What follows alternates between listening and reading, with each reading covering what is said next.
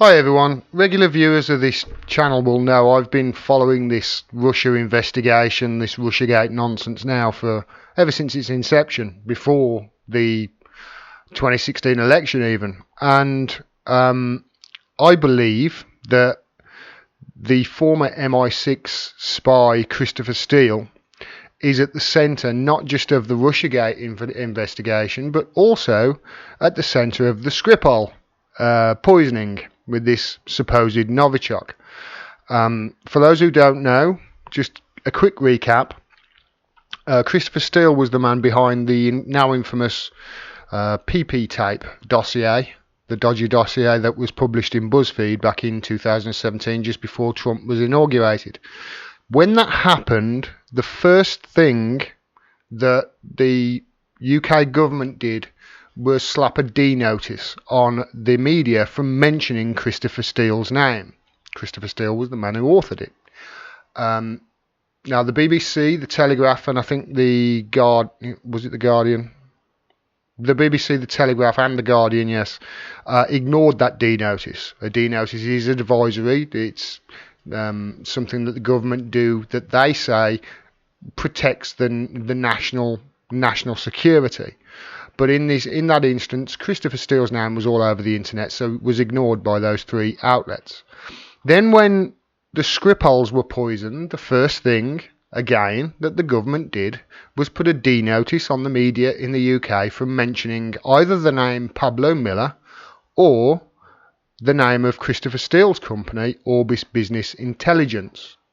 It's the first thing they did when the Skripals were poisoned.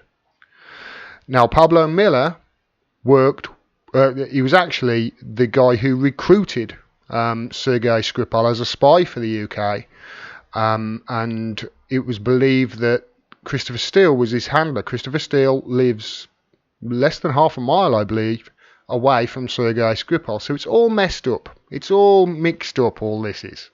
And I believe that Christopher Steele is the key to it all. He's the thing that everything rests upon. So imagine my surprise when I saw this. It was actually in the New York Times, this was, but I'm not going to give them any money to get through their paywall. I've hit my articles for this month. But there's Zero Hedge have done a good write-up on it. So this is what it says. UK begged Trump not to declassify Russia documents, cited grave concerns over Steele involvement. The plot thickens. The British government expressed grave concerns to the US government over the declassification and release of material related to the Trump-Russia investigation. According to the New York Times, President Trump ordered wide swath of materials immediately declassified without redaction on Monday, only to change his mind later in the week by allowing the DOJ Inspector General to review the materials first. The Times reports that the UK's concern were over materials which, quote, includes direct references to conversations between American law enforcement officials and Christopher Steele. Surprise, surprise, the former MI6 agent who compiled the infamous Steele dossier. The UK's objection, according to the former US and British officials, was over revealing Steele's identity in an official document, quote, regardless of whether he had been named in press reports. We would note, however, that Steele's name was contained within the Nunes memo, the House Intelligence Committee's majority opinion in the Trump-Russia case. Steele had also extensive contacts with the DOJ official Bruce Orr and his wife Nellie, who, along with Steele, was paid by opposition research firm Fusion GPS in the anti-Trump campaign. It's thought that Fusion GPS were paying Steele through Orbis Business Intelligence, hence the D notice on that. Where was I? Trump called for the declassification of the FBI notes of interviews with Orr, which would ostensibly reveal more about his relationship with Steele.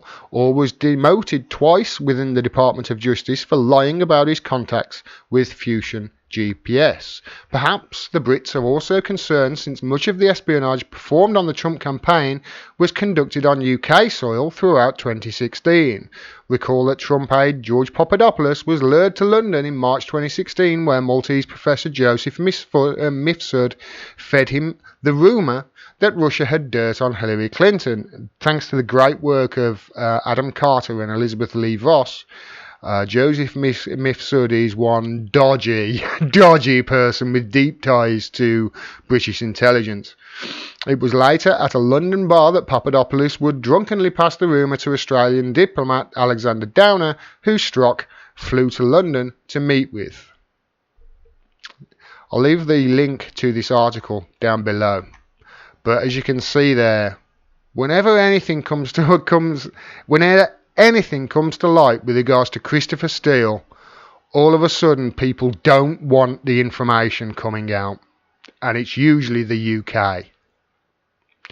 Just wanted to do a quick video just to say, listen, I think my theory on this is right, and I think in my mind it's beyond doubt.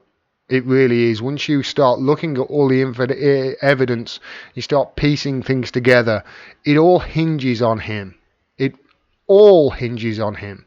And the fact that he was so close to Sergei Skripal and D notices on his name and Pablo Miller's name and Orbis Business Intelligence, it's too much of a coincidence for these things not to be connected. And the fact that the D notices are coming out supposedly on the British media, I haven't had one, so I can report on it. It just shows me that what we're being told with regards to this Russia investigation is nonsense. Now, I am keeping up. I mentioned this in my last video about VIPs. I am keeping up with all the material that VIPs and several of the over 100 people in the intelligence community are releasing through the website that I mentioned a few videos ago. And the more I look at it, the more involved Bruce Orr and Christopher Steele are. It is something that I hope all the details come to light about. I really do. And I'll be digging as much as I possibly can to get to the bottom of this. But the more I dig, the more I think my theory is correct. This is all surrounds Christopher Steele, and this Russia investigation is all just a smokescreen. This Russiagate nonsense is all just a smokescreen to deflect everyone's attention away from the fact that the Democrats rigged their own election against Bernie Sanders.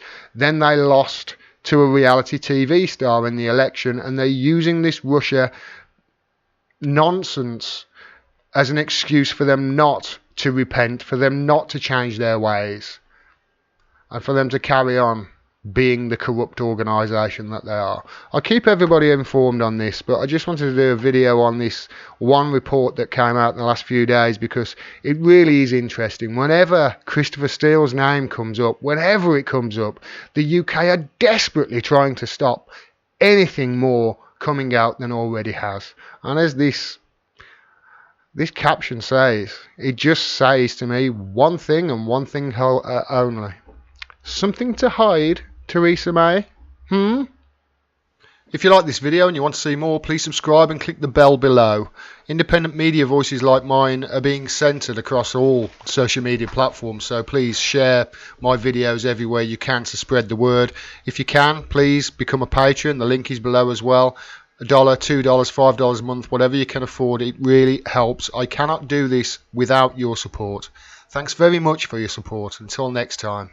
Peace and take care.